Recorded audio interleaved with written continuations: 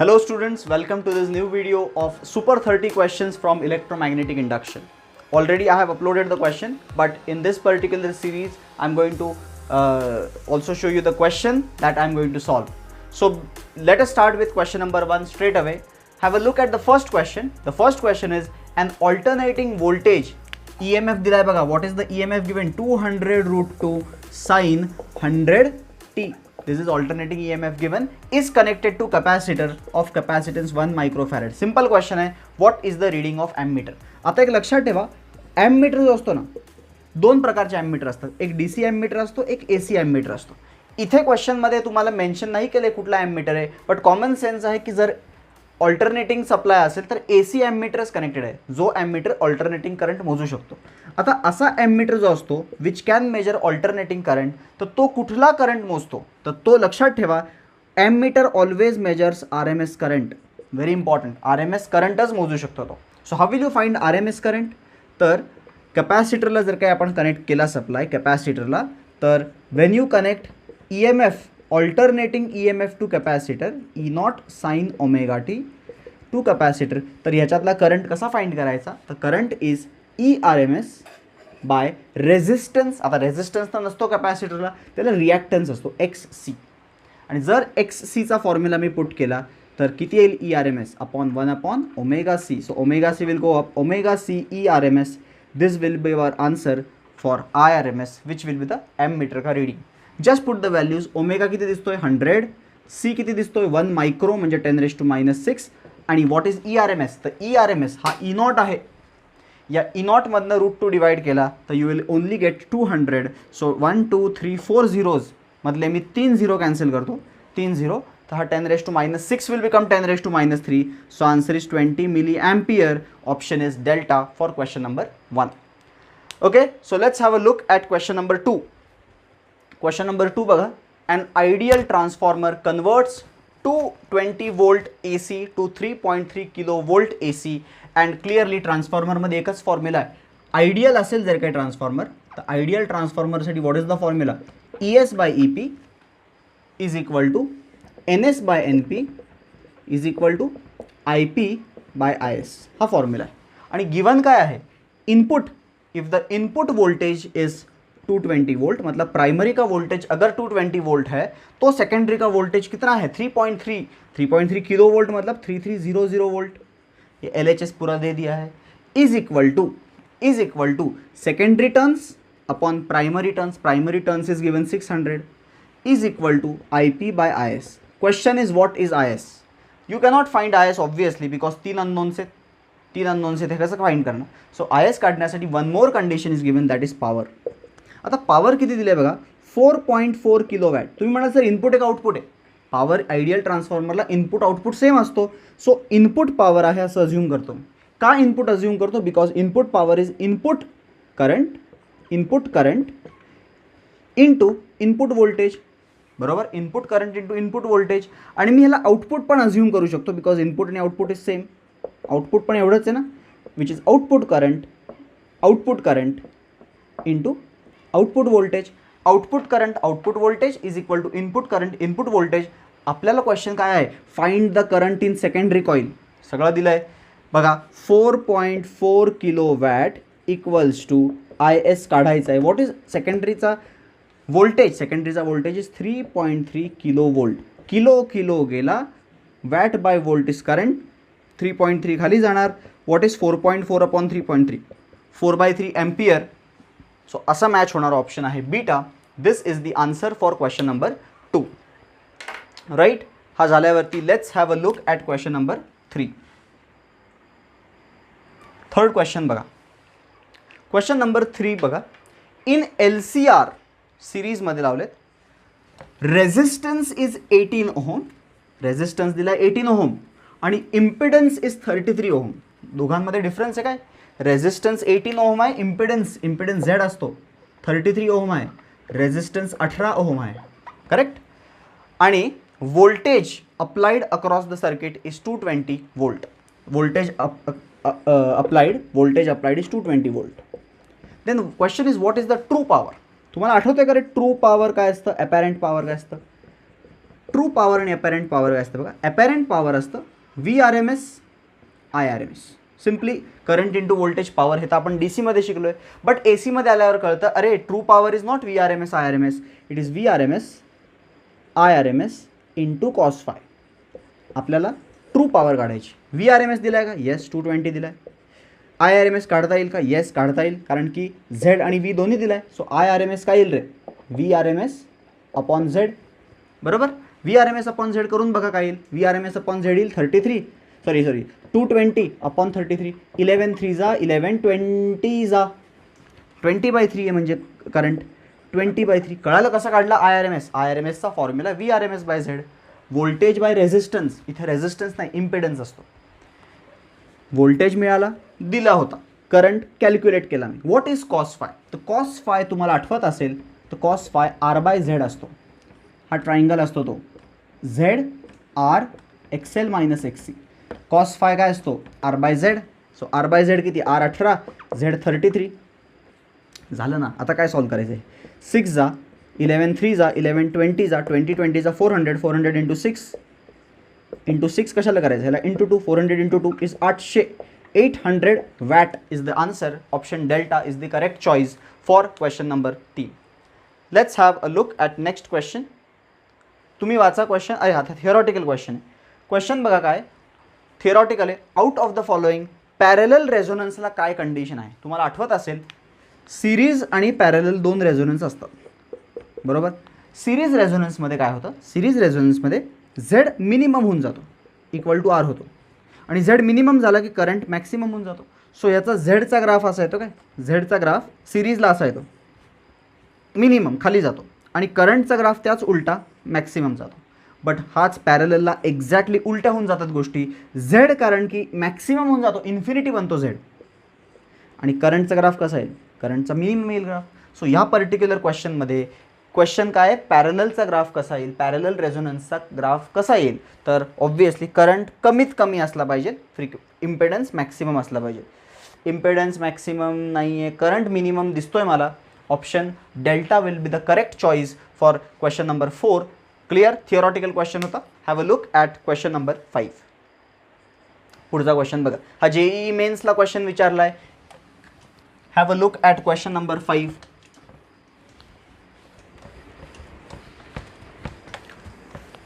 मोठा क्वेश्चन आहे, वाचा आरामात.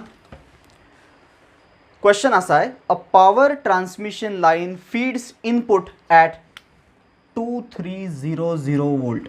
इनपुट सप्लाय दिला आहे, त्याला इनपुट पॉवर म्हणतो आपण. To a step down transformer. Step down transformer आहे जो आउटपुटला व्होल्टेज देतो 230 वोल्ट, बरोबर. आउटपुटला ES लिहायला पाहिजे मी. सो क्लिअरली हा 1/10 करतोय व्होल्टेज 1/10 करतोय तो, right. Fine. The current in the प्रायमरीतला करंट आहे 5 एम्पियर. तर विचारला आहे व्हॉट इज आउटपुटचा करंट. तुम्ही म्हणाल सर EPIP इज ESIS असं करून चालेल का? तर हे करून चाललं असतं जर क्वेश्चन असता आयडियल ट्रान्सफॉर्मर 100% एफिशियंट असतात. बट हा 100% एफिशियंट नाही आहे, त्यामुळे मला एफिशियन्सीनी तर मल्टिप्लाय करावं लागतं. कुठे मल्टिप्लाय करावं लागतं? तर लेफ्ट हँड साईडला मल्टिप्लाय विथ एफिशियन्सी. इथे मल्टिप्लाय करायचं. कसं मल्टिप्लाय करायचं बघा इथे. तर एफिशियन्सी 90% दिली आहे ना, सो 0.9च्या फॅक्टरने मल्टिप्लाय करायचं आहे. बिकॉज एफिशियन्सी 90% म्हणजे 90/100 जे 0.9. What is EP? 2300. What is IP? 5. What is ES? 230. What is IS? विचारलं आहे. 1 जा 10 जा 10 into 0.9 is 9. 9 into 5 is 45. Answer is 45. असं दिसणारा ऑप्शन आहे beta. So this is the answer for question number 5. Clear. Question number 5 असा calculate केला. Have a look at question number 6. 45 ampere answer आहे काय. Have a look at question number 6. हा पण theoretical question again asked in JEE mains. Have a look at 6th question.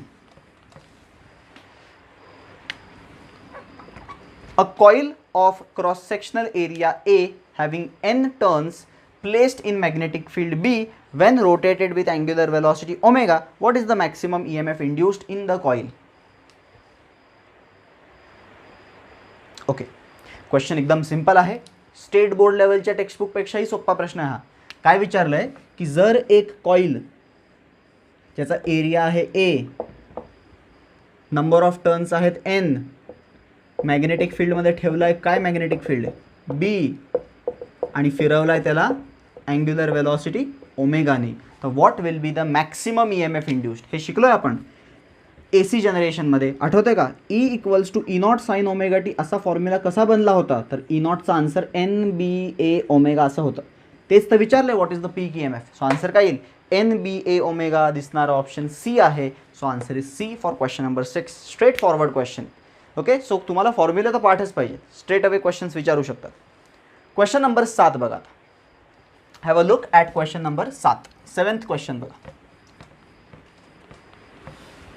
Okay, काय question आहे, थोडा मोठा आहे क्वेश्चन, वाचा. जेई मेन्सचा क्वेश्चन आहे परत एकदा हा. AC सर्किटमध्ये इन्स्टंटेनियस EMF आणि इन्स्टंटेनियस करंट दोन्हीही दिलेत तुम्हाला. Instantaneous EMF, instantaneous current are given. In one cycle average power consumed by the circuit and wattless current are respectively. What is the average power consumed and the wattless current. आता wattless current काय असतो, तो जो current power loss नाही करत, that basically that current is called as the wattless current, right. So let us first find the average power. Average पॉवरचा formula असा आहे, ॲव्हरेज पॉवरचा फॉर्म्युला असा आहे E naught I naught cos phi by 2 असा फॉर्म्युला. E naught I naught cos phi by 2. E naught किती दिसतोय 100, I नॉट किती दिसतोय 20. कळते ना E नॉट काय, तो कोइफिशियंट असतो E नॉट, साईनचा कोइफिशियंट.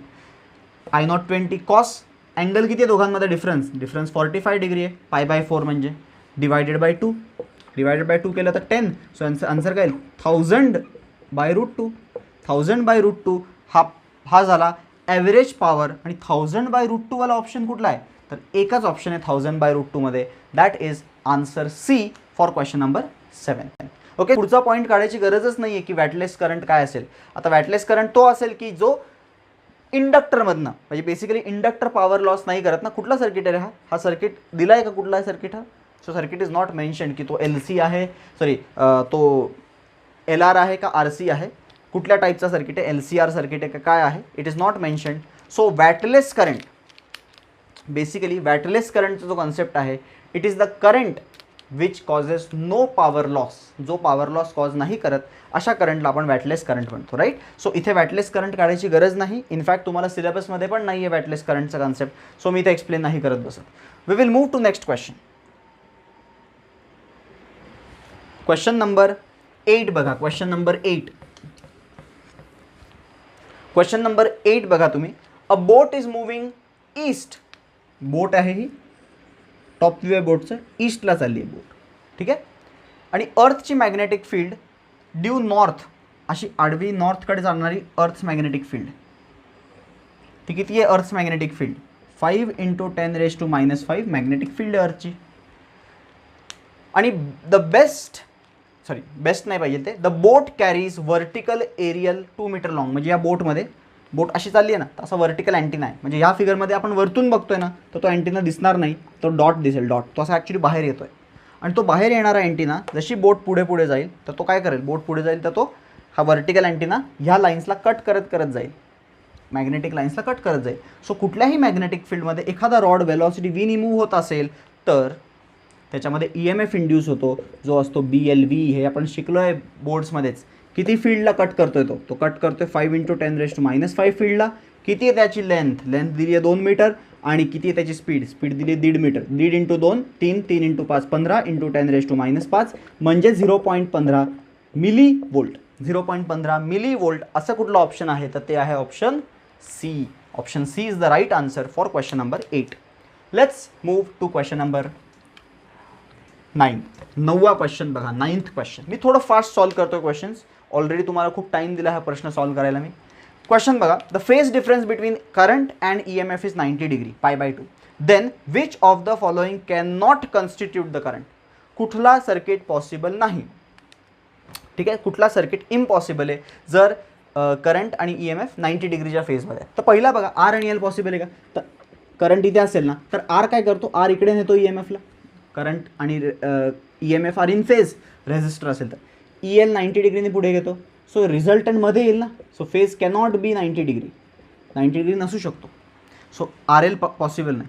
अलोन सी पॉसिबल आहे का? येस, अलोन सी पॉसिबल आहे.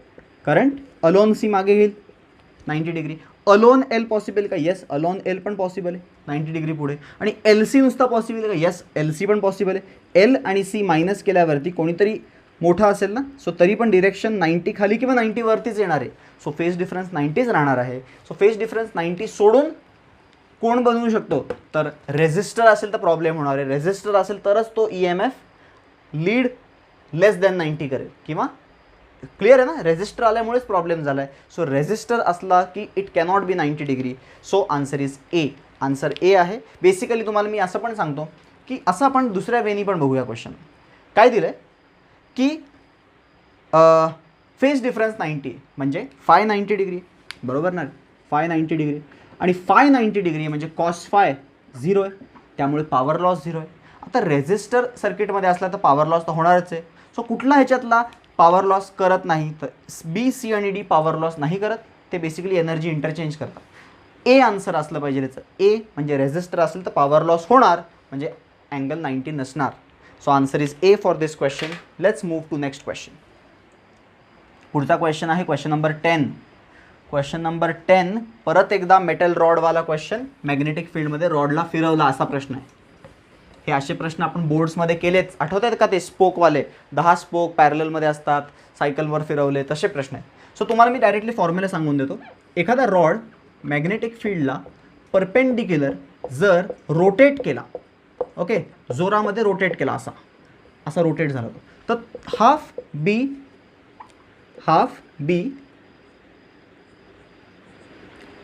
LV असतो ना, so half B L² omega एवढा EMF डेव्हलप होतो. लक्षात ठेवा, हाफ बी L² ओमेगा एवढा EMF डेव्हलप होतो. आता व्हॅल्यूज फक्त पुट करायचे आणि आन्सर काढायचे, एवढाच प्रश्न राहतो. Half, what is magnetic field? हा फॉर्म्युला आहे काय? लक्षात ठेवा, लर्न करा. EMIचं लेक्चर तुम्ही अटेंड केला असेल, मी ऑलरेडी चॅनलवरती अपलोड केलं आहे. इथे वरती बघा, मी त्या लिंक शेअर केली आहे वरती आय बटनवरती, ते क्लिक करा जर तुम्ही नसेल बघितलं लेक्चर. त्याच्यामध्ये I have given this formula, half B L² omega. तो बी किती आहे? क्वेश्चनमध्ये बी दिला आहे 2 × 10⁻⁵. 2 × 10⁻⁵ कसा दिला आहे? तर 0.2ला मी शिफ्ट केला. L², तर length of the rod 1 metre आहे, सो 1² करून काय फरक पडणार नाही, सो 1चा स्क्वेअर 1च राहतो. आणि ओमेगा किती आहे? ओमेगा आहे 5 रेडियन पर सेकंड, त्याचा 5 रेडियन पर सेकंड तर पुट होईल. 2 कॅन्सल, आन्सर आहे 5 × 10⁻⁵, विच इज 50 × 10⁻⁶. सो आन्सर देताना त्यांनी दिला आहे 50 मायक्रोवोल्ट, -6 म्हणजे microvolt. This is the answer for question number 10. Let's move to question number 11. Question number 11 पण एक प्रकारे सोपाच प्रश्न आहे, खूप सिंपल क्वेश्चन आहे. बघा, LCR सर्किटमध्ये काय म्हणतात ते, सीचं जर काही 2C केलं तर L resonant frequency to remain unchange, resonant frequency change नाही झाली पाहिजे, त्यासाठी L should be change to what. Lचं मी काय करू? तर ऑब्व्हियस आहे रे, रेझोनंट फ्रिक्वेन्सीचा फॉर्म्युला माहिती पाहिजे तुम्हाला. हा फॉर्म्युला आहे. जर या फॉर्म्युल्यामध्ये मला ह्याला कॉन्स्टंट ठेवायचं असेल, मी सीला डबल करत असेल तर एलला मी अर्ध केलं पाहिजे, तरच ते 2 कॅन्सल होतील आणि हा कॉन्स्टंट राहील ना. कॉमन सेन्स आहे. सी डबल केलं तर एल अर्धा झाला पाहिजे. एल अर्धा झाला म्हणजे option is A. L should become L/2 so that resonant frequency will remain same. Okay, have a look at question number पुढचा, that is question number 12. Question number 12 काय आहे बघा. A uniform magnetic field मध्ये a wire in form of a semicircle of radius r rotates about its diameter. आता हा question थोडा tricky असू शकतो का? अशी मॅग्नेटिक फील्ड आहे, ठीक आहे, आणि अशा मॅग्नेटिक फील्डमध्ये दिस बेसिकली रोटेट्स, असं रोटेट होतं. In this way it rotates. तर क्वेश्चन विचारला आहे की what will be the total resistance, sorry, if the total resistance R, what is the mean power generated per period of rotation. Average power विचारली आहे तुम्हाला, average power. तर average power काढण्यासाठी सगळ्यात पहिलं आपण फॉर्म्युला समजून घेऊ. ॲव्हरेज पॉवरचा फॉर्म्युला आठवतोय का? It is E0 I0/2. असा असतो, बिकॉज हा सर्किट प्युअरली रेझिस्टिव्ह आहे. इथं इंडक्टरबद्दल काही सांगितलं नाही, प्युअर रेझिस्टन्सच दिला आहे त्या पर्टिक्युलर सर्किटमध्ये. ओके, सो प्युअर रेझिस्टर असेल ना तर ॲव्हरेज पॉवरचा हा फॉर्म्युला. तुम्ही म्हणाल सर ई नॉट काय, तर येस ई नॉट काय असतो, ई नॉट असतो मगाशीच आपण केलं NBA ओमेगा असतो, NBA ओमेगा. आय नॉट काय असतो, आय नॉट असतो ई नॉट बाय आर, बरोबर ना. आय नॉट तर ई नॉट बाय आर असतो, ई नॉट ऑलरेडी काढला आहे, मग हाच ई नॉट परत रिपीट केला इथे मी, तर इथे परत NBA ओमेगा होईल, म्हणजे स्क्वेअर होतील हे N square B square A square omega square upon R आणि खाली 2, असं काही उत्तर येणार आहे नक्कीच.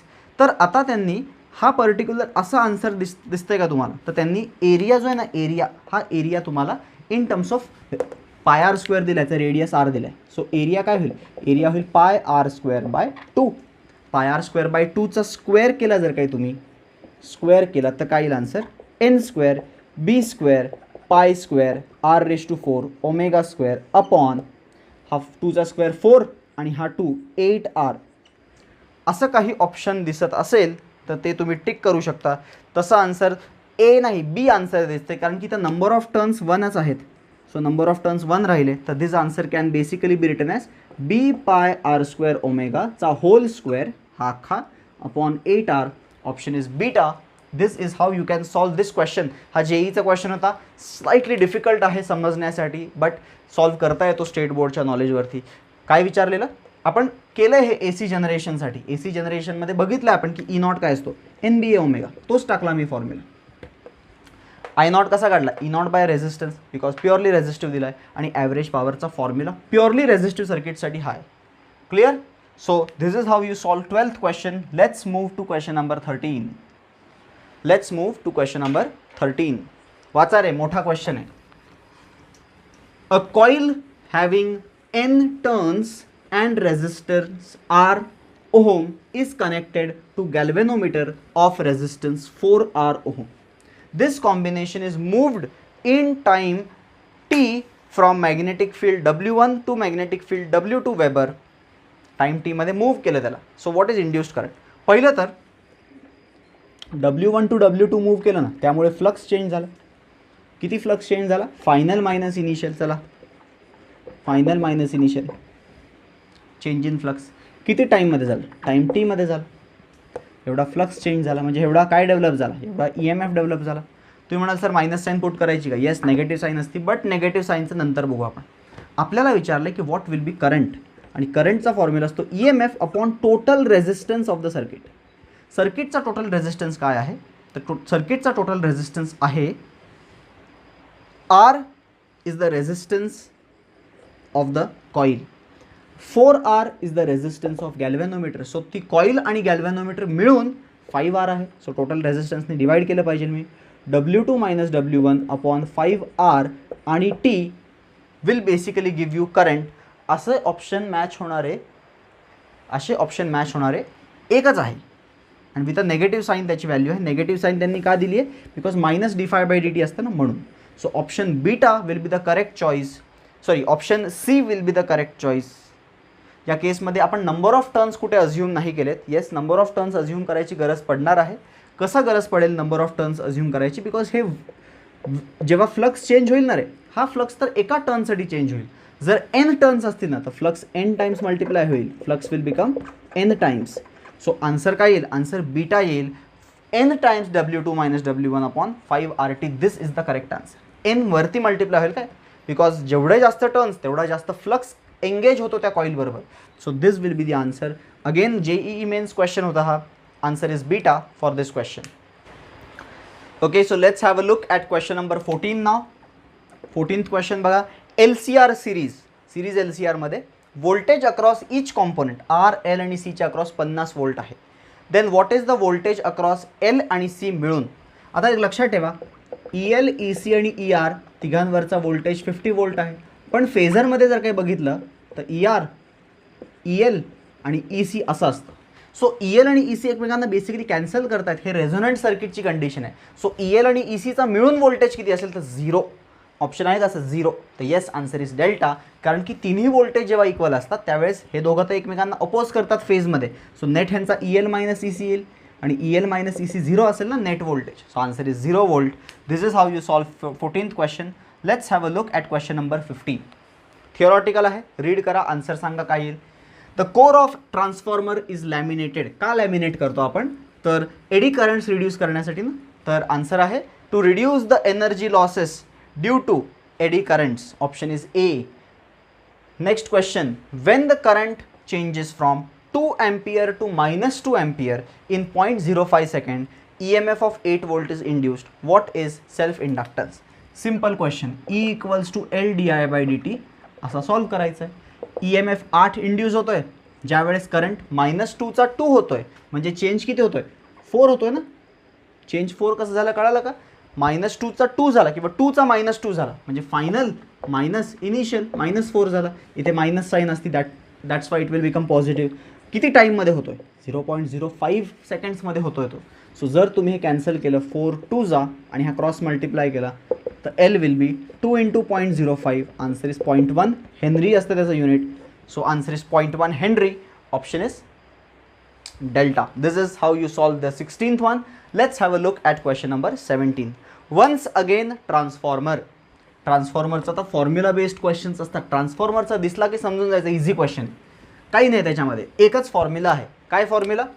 EPES IPIS NPNS आणि ISIP. करंट उलटा असतो, राईट? करंट उलटा असतो.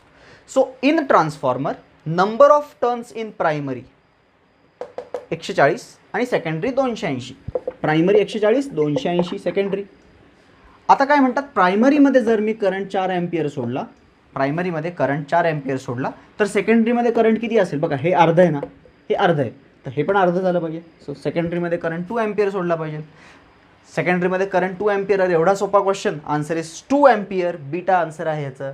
दिस इज क्वेश्चन नंबर 18. आता क्वेश्चन नंबर हा झाला. नेक्स्ट क्वेश्चन बघा, question number 18. The power factor. हा कळाला का रे? सिंपल फॉर्म्युला 3 दिलाय, चौथा काढा असा होता. नेक्स्ट क्वेश्चन बघा, power factor of AC circuit having resistance R inductor L सिरीजमध्ये लावल्यावरती अँग्युलर वेलॉसिटी ओमेगा असेल तर इज किती असतो पॉवर फॅक्टर? तर आपल्याला माहिती आहे पॉवर फॅक्टर cos phi असतो अँड इट इज R/Z. बरोबर? R is R, Z is √R² plus XL². Because XC नाहीच आहे, ते इंडक्टर आहे फक्त, आणि इंडक्टरचा फॉर्म्युला असतो ω²L². XL काय असतो? XL is ω/L. So square केला तर ω²L² प्लस R², रूट म्हणजे रेज टू ½ आणि वरती तर R आहे. असं ऑप्शन दिसतंय का कुठलं? तर असं ऑप्शन आहे beta. Correct answer is beta. Power factor in LR circuit, resistance inductance असेल तर. Question number 19. Question number 19 simple question आहे, थिओरॉटिकल क्वेश्चन आहे. ॲव्हरेज पॉवर कुठल्याही सर्किटमध्ये जर विचारलं ना ॲव्हरेज पॉवर, तर आन्सर असतं E0 I0 cos phi/2. असा आन्सर असणार आहे. ते आन्सर आहे अल्फा. ए E0. परत सांगतो, E0 I0 cos phi/2. कधी कधी काय करतात, E0 I0 cos phi/2 च्या ऐवजी हा 2 आहे ना, जो √2 स्प्लिट करतात, असं पण लिहितात ERMS IRMS cos phi. ह्याला पण म्हणतात ॲव्हरेज पॉवर. ओके. सो या पर्टिक्युलर क्वेश्चनमध्ये आन्सर येईल ए. थिओरॉटिकल होता, ओनली फॉर्म्युला वॉज आस्क्ड. चला पुढचा प्रश्न नीटचा प्रश्न आहे हा. आणि काय विचारलं आहे, conducting circular loop magnetic field 0.04 टेस्लामध्ये ठेवलेला आहे. प्लेन परपेंडिक्युलर आहे, सगळं ठीक आहे. रेडियस श्रिंक होतोय at the rate of 2 mm/s. Rate of change of radius दिलं आहे काय? क्वेश्चन विचारला आहे, what will B induced EMF Wien radius is 2 cm. हा ॲप्लिकेशन ऑफ डेरिव्हेटिव्ह टाईपचा क्वेश्चन दिसतोय. बरोबर? बघा सॉल्व कसं करायचं. EMF काय असतो रे? dφ/dt. बरोबर? dφ/dt. आता लूप आहे, सर्क्युलर लूप, त्याचा फ्लक्स किती असोसिएटेड असतो? तर फ्लक्स असोसिएटेड असतो NBA. बिकॉज परपेंडिक्युलर ठेवला आहे म्हणजे cos 0 1 असतो, त्याची काही घ्यायची गरज नाही. आणि मी जर काय विचारलं व्हॉट विल बी dφ/dt, तर नंबर ऑफ टर्न्स तर 1 आहे, बी कॉन्स्टंट आहे, बी बाहेर येईल, dA/dt येईल. तुम्ही म्हणाल dA/dt कसा काढू? तर area of the circular loop is πr². आणि मी सांगितल्याप्रमाणे ॲप्लिकेशन ऑफ डेरिव्हेटिव्हचा प्रश्न आहे, ह्याचा डेरिव्हेटिव्ह काढला ना जर तुम्ही dA/dt, तर काय येईल? πr² derivative 2πr dr/dt. So तो इथे टाकू. सो काय येईल dφ/dt? B into D A by D T काय 2 pi R D R by D T सगळं दिलं आहे. किती मॅग्नेटिक फील्ड दिली आहे? तर मॅग्नेटिक फील्ड दिली आहे 0.04 Tesla into 2 pi into radius दिला आहे 2 centimetre 2 into 10⁻² into rate of change of radius दिला आहे 2 मिलीमीटर म्हणजे 2 into 10⁻3. So -3 -2 -5 2 into 2 4 into 2 8 8 pi into 0.04 ला 4 इंटू 10⁻² लिहितो. हे 10⁻² चा एक 0 ह्याला दिला तर 10⁻6 होईल आणि हा 10⁻1 राहील आणि 4 8 जा 32 पाय इंटू 10⁻1 जो आहे ना त्याला 3.2 पाय 10⁻6 ला मायक्रो वोल्ट असं लिहिलं आहे त्यांनी. Option delta is the correct choice. So question formula based होता, थोडासा ॲप्लिकेशन ऑफ डेरिव्हेटिव्हचा टच होता त्याला की rate of change of area काढता आला पाहिजे होता, rate of change of radius दिला होता. Right. So this was 20th question नीटमध्ये विचारला होता. परत एकदा नीटचा प्रश्न, हा प्रश्न ट्रान्सफॉर्मरचा आहे, एफिशियन्सी दिली आहे आणि मी तुम्हाला सांगितलं एफिशियन्सीवाल्या प्रश्नांबरोबर डील कसं करायचं आहे, बरोबर. सो एफिशियन्सीवाला प्रश्न दिसला की तुम्हाला पॉवरचा फॉर्म्युला द्यायचा असतो. E P I P E S I S हे तर आयडियल ट्रान्सफॉर्मरला असतं. आयडियल नसेल तर इटानी कुठे मल्टिप्लाय करायचं? प्रायमरी साईडला. जर मल्टिप्लाय केलं तर व्हॅल्यू बघा काय 80% एफिशियंट आहे म्हणतात म्हणजे 0.8. पुढे 220 वोल्ट इनपुट आहे, 220 वोल्ट दिला input. Output current draws 2 ampere, आउटपुटला 2 एम्पियर करंट आहे. किती वोल्टेजला? आउटपुटला 440 वोल्ट आहे, 440. आणि विचारलं काय? विचारलं ऑब्व्हियसली प्रायमरीमधला करंट, प्रायमरीमधला करंट विचारलं, हे विचारलं. झालं, करा सॉल्व. हे 2 जा 2 2 जा 4 4 आणि 0.8 खाली गेला 4. सो आय पी काय येईल? 4/0.8 is 40/8 is equal to 5. 5 ampere is the answer. Question number जो काही आहे त्याचा आन्सर आहे डेल्टा. परत एकदा नीटचा क्वेश्चन, क्वेश्चन नंबर 22. बघा नीटचे रिलेटिव्हली इझी आहेत जेईपेक्षा आणि बिलीव्ह मी सीईटीचे क्वेश्चन नीटपेक्षाही सोपे असतात. बट हे का घेतो आपण? कारण की ह्या टाईपचे क्वेश्चन्स विचारू शकतात. करेक्ट. सो 22nd क्वेश्चन बघा. EMF दिलाय 100t. EMF is given right. Capacitance दिला. अरे हा तर पहिलाच प्रश्न होता. 1 मायक्रोफॅरेड कॅपॅसिटन्स दिला. आन्सर याचा डेल्टा होतं बघा. रेफर क्वेश्चन 1 रिपीट झालाय चुकून. हा सुपर 30 मध्ये सुपर 29 होऊन गेला ते पहिला आणि हा सेम निघाला. सो 22चा डेल्टा आहे. Refer question number 1. चला पुढचा घेऊ, टाइमपास नको. 23rd question. AC applied to resistor R, inductor L, R and inductive reactance both are equal to 3 ohm. Phase difference between applied voltage and current is. Simple question आहे. L आणि R circuit आहे. L आणि R सर्किटमध्ये ते काय म्हणतात की EMF sorry ते काय म्हणतात की रेझिस्टन्सची व्हॅल्यू आणि इंडक्टिव्ह रिॲक्टन्सची व्हॅल्यू सेम आहे. सो जर सर्किट फक्त L आणि R असेल तर आपला फेजर डायग्राम कसा बनेल? R XL XC 0 येईल आणि यांचा रिझल्टंट जो असतो तो काय असतो? Z. आता तुम्ही मला सांगा जर हे दोन्ही इक्वल असेल तर हा अँगल किती असेल? 45 असेल ना. बरोबर मध्ये Z असेल म्हणजे आपला फाय किती येईल? Phase angle 45. Option is beta. Option is question number जो काही आहे त्याचा आन्सर इज बीटा π/4. दोन्ही इक्वल आहेत ना. इक्वल असेल तर असं होतं. Next question. पुढचा प्रश्न बघा. ॲव्हरेज पॉवर विचारली आहे, तुम्हीच सॉल्व्ह करणार आहे. मी तुम्हाला आधीच फॉर्म्युला सांगितलं आहे average पॉवरचा E0 I0 cos phi/2. आठवलं का? E0 किती आहे? 1/√2. I0 किती आहे? 1/√2. I0 E0 काय असतात? पीक व्हॅल्यू म्हणजे त्यांचे ॲम्प्लिट्यूड्स. 1/√2 इंटू 1/√2 इंटू cos phi. तर cos phi किती आहे? cos of 60 degree. cos 60 आहे ना तो अपॉन 2. ह्याचा आन्सर काय येईल? 1/√2 into 1/√2 is 1/2. cos 60 is also 1/2 upon 2 1/8. 1/8 answer is A. Question number 24 answer is A. Question number 24 नंतर 25 हे सगळे नीटचे प्रश्न आहेत आणि विदिन 5 to 10 सेकंड्स सॉल्व्ह होत आहेत हे. क्वेश्चन नंबर 25 बघा. क्वेश्चन नंबर 25 मध्ये इन इलेक्ट्रिकल सर्किट RLC तिघा आहेत म्हणे. All are connected in series. When L is removed, L काढून टाकला काय, तर त्यांच्यातला फेज डिफरन्स काय आहे, तर व्होल्टेज आणि करंटमध्ये there is a phase difference of 60. आता जर काय आपण एल काढला ना तर सर्किट असा बनतो काय, इथे आर असतो, इथे एक्स सी असतो का, आणि ते काय म्हणतात, इथे करंट असतो ना, तर ई एम एफ जो आहे तो 60 डिग्रीनी लॅग करतो, असं दिलं आहे त्यांनी, π/3 लॅग करतो आहे. ठीक आहे, म्हणजे ह्याच्यातनं मला रिलेशन मिळणार आहे. काय रिलेशन मिळेल, हा एक्स सी आहे तर हा X C opposite side, so tan 60 is X C by R, हे रिलेशन मिळेल. सो एक्स सीची व्हॅल्यू मिळाली √3r, first condition. Second condition काय म्हणतात, इन्स्टेड ऑफ एल मी सी काढला, तर सी काढल्यावरती हा सर्किट कसा बनेल, आर इथे राहील, एक्सेल वरती जाईल. तर ते म्हणतात असं केल्यावरती फेज डिफरन्स परत π/3 होतो, म्हणजे परत 60 डिग्री होतं. तर परत tan 60 घेतला इथे पण, तर opposite side XL by adjacent side R, म्हणजे एक्सेल पण किती येईल, एक्सेल पण √3r येईल. So XL X C equal आहेत. एक्सेल एक्स सी इक्वल असतील तर तुम्हाला काय विचारलं आहे, what is the power factor. Okay, power factor of the circuit is, म्हणजे पूर्ण एल सी आर लावलेला असेल तर पॉवर फॅक्टर काय असेल. सिम्पल क्वेश्चन आहे. क्वेश्चनमध्ये सांगितले की एक्सेल एक्स सी इक्वल आहेत, इनडायरेक्टली दोन कंडिशन देऊ. जर दोन्ही इक्वल असतील तर XL minus X C 0, and this is the condition of resonance. आठवते का, रेझोनन्सची कंडिशन आहे. त्यामुळे ई एम एफ आणि करंट सेम डिरेक्शनमध्ये असतात. रेझोनन्स सर्किटचा पॉवर फॅक्टर काय असतो, cos 0 असल्यामुळे 1 असतो पॉवर फॅक्टर. आन्सर येईल C, answer is 1. Question number जो काही आन्सर इज सी.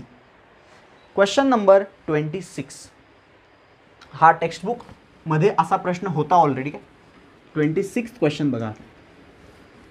फाय म्हणजे फ्लक्सचा रेट ऑफ चेंज काढायचा आहे, म्हणजे तुम्हाला करंट काढायचं. रेझिस्टन्स ऑफ 400 ओहम दिला आहे कॉईलचा, placed in a magnetic field which varies with time, phi equal to 50t² + 4. आणि क्वेश्चन आहे what is the current at t equal to 2.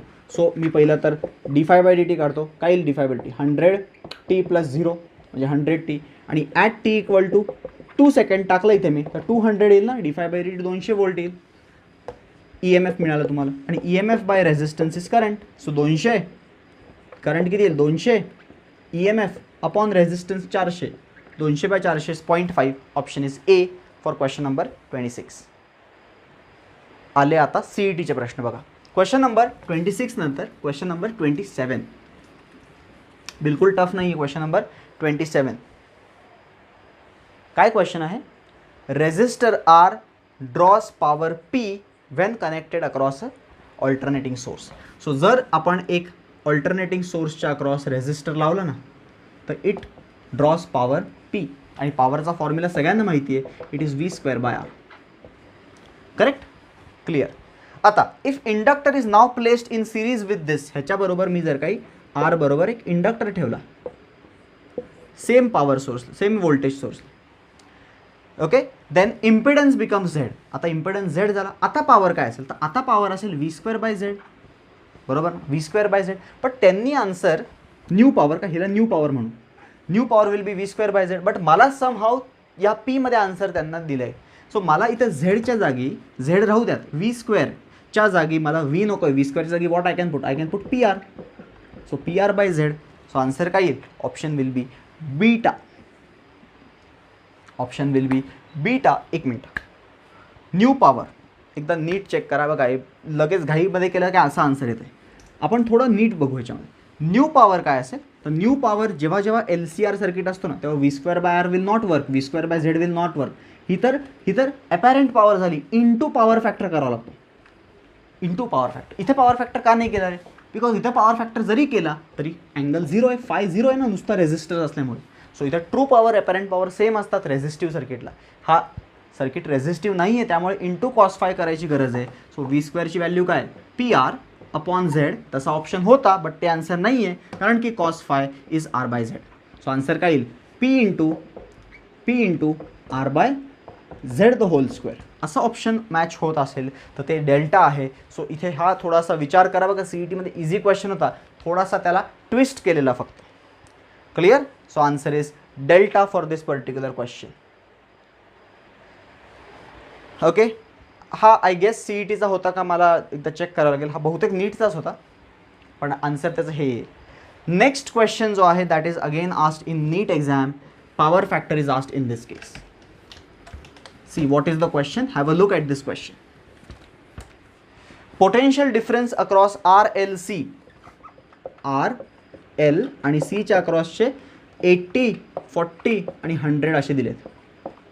रेझिस्टरच्या अक्रॉस 80, इंडक्टरच्या अक्रॉस 40 आणि कॅपॅसिटरच्या अक्रॉस 100.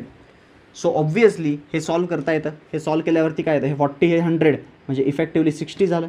60 80, सो नेट काय येईल 100 येईल आणि असा बनेल तो. सो इथे EMF लॅग करतो. तुम्हाला विचारलं आहे power factor. So power factor काय येईल, cos phi येईल आणि power factor is adjacent side upon hypotenuse. So 80/100 answer is 0.8 in this case. सर्किटचा पॉवर फॅक्टर cos phi असतो, लक्षात ठेवा. Power factor is cos phi. So 0.8 is the answer for question number 28. Let's have a look at question number 29 now. Question number 29 बघा काय question दिला आहे. Inductor दिला आहे, कॅपॅसिटर दिला आहे, रेझिस्टर दिला आहे, व्होल्टेज दिला आहे, पॉवर लॉस विचारला आहे. आणि जसं आपल्याला माहिती आहे पॉवर लॉस काय असतो, ERMS upon into cos phi हा असतो पॉवर लॉस. आपल्याला इथं करंटबद्दल काही मेन्शनच नाही, नुसतं व्होल्टेजबद्दल मेन्शन आहे. सो मी करंटला व्होल्टेजमध्ये करू शकतो. ERMS पहिलावाला as it is into ERMS upon Z झाला हा करंटचा व्होल्टेज इंटू cos phi. आणि cos phi असतो R/Z, बरोबर. cos phi R/Z असतो. सो हा फॉर्म्युला असा बनतो ERMS स्क्वेअर R/Z². आणि tell me what is ERMS. त्या फिगरमध्ये बघून, त्या क्वेश्चनमध्ये बघून असं दिसतंय की पीक व्हॅल्यू 10 आहे ना, EMFची पीक व्हॅल्यू 10 आहे. सो EMFची व्हॅल्यू 10 असेल तर 10/√2 येईल. 10/√2 ERMS त्याचा स्क्वेअर करायचा आहे. रेझिस्टन्स किती आहे, रेझिस्टन्स आहे 50 अपॉन झेड किती. आता बघा झेड नीट बघा काय झेड करायचं. झेड काढण्यासाठी मला काय करावं लागेल, √R² plus XL - XC the whole square. First आपण XL काढू, XC काढू. XL असतो omega L. What is omega, तिथून बघितल्यावरती कळते ओमेगा 314 आहे. फॉर्म्युल्यामध्ये दिलं आहे फॉर क्वेश्चनमध्ये. Omega is 314. What is inductor, inductor is 20 millihenry. So multiply जर करून बघितलं तुम्ही तर याचा आन्सर येईल 6280 मिली ओहोम म्हणजे 6.28 ओहोम. 6.28 ओहोम येईल XL. आता XC काढू, 1/ωc. 1/ω 314 आहे. And what is C, C बघा C आहे 100 मायक्रोफॅरेड. मायक्रो म्हणजे 10⁻⁻6, तो वरती जाईल 10⁻6 होईल. हे 2 0 गेले तर 10⁻4 होईल, बरोबर. आणि 10⁻4 अपॉन 314 करायचं आहे. त्याला मी असं लिहितो, 10⁻4ला मी 100 × 100 लिहितो. 10⁻4 अपॉन 314ला 3.14 × 100 लिहितो मी. 100 गेला, 100 अपॉन 3.14 राहिला. 100 अपॉन 3.14 जे काही असेल ते कसं मल्टिप्लाय करणार बघा. 3.14 पाय असतो, मी पायने मल्टिप्लाय डिवाइड करतो. असं केल्याने π² 10 गेला. 10 पाय इज 31.4 ओहोम. 31.4 ओहोम. XC आला. XL 2.68 आला. What is the difference, XL - XC जर तुम्ही केला ना तर तुम्हाला XL - XC रफली 25 येईल. 25 ओम रफली येईल. करून बघा. 31 - 6 25. आणि जर तुम्ही इथे टाकला 25² plus what is R, resistance किती आहे 50². 50² प्लस 25², 25² इज 625. ह्याचा आन्सर 2500. सो ह्याचा झेडचा आन्सर काय येतं √3125. आणि Z² टाकायचं आपलं इथे. Z² टाकलं तर काय येईल 3125. त्याचा आन्सर बघा आता काय येईल 100/2 10/√2चा स्क्वेअर इंटू 50/3125, बरोबर 3125. आणि आता हे सॉल्व करता येण्यासारखं आहे कारण की 550 × 100 इज 5000 अपॉन ह्याचं काय येतं आहे 6250. 6250 येत आहे. आणि असं ऑप्शन जे मॅच होऊ शकतं बघा. आता हे 0 0 गेला. 500/625 25च्या टेबलमध्ये 25 जा. 25च्या टेबलमध्ये 25 जा. सो 20/25 4/5 4/5 0.8. 0.8च्या सगळ्यात जवळचा ऑप्शन आहे ए.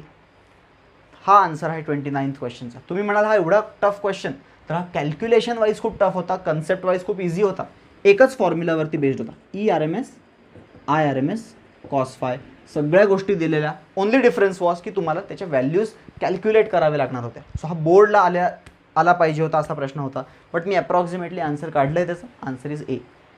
And now the last question of this lot, that is question number 30. Theoretical question आहे, which of the following device eddy currents effect is not used. कशामध्ये एडी करंट नाही वापरत आपण. तर तुम्ही एडी करंटच्या कॉलममध्ये ॲप्लिकेशन्स बघितले असतील तर पहिला ॲप्लिकेशन आहे इंडक्शन फर्नेस. ट्रू, इंडक्शन फर्नेसमध्ये वापरतो. Magnetic braking of train, yes magnetic ब्रेक्समध्ये वापरतो. इलेक्ट्रोमॅग्नेट्समध्ये एडी करंटचा कन्सेप्ट वापरतात का. आणि लास्ट आहे इलेक्ट्रिक हीटर. तर इलेक्ट्रिक हीटर जो असतो ना, इलेक्ट्रिक हीटरमध्ये आपण इलेक्ट्रिसिटी पास करतो आणि इलेक्ट्रिसिटी पास केल्यावरती काय होतं आहे, इलेक्ट्रिसिटी पास केल्यावरती त्याच्यामध्ये बेसिकली एक कॉईल असते, ती कॉईल हीट होते जूल्स लॉमुळे, I²RT, राईट. सो इलेक्ट्रोमॅग्नेट्समध्ये आणि इलेक्ट्रिक हीटरमध्ये the correct answer will be for question number 30 is delta.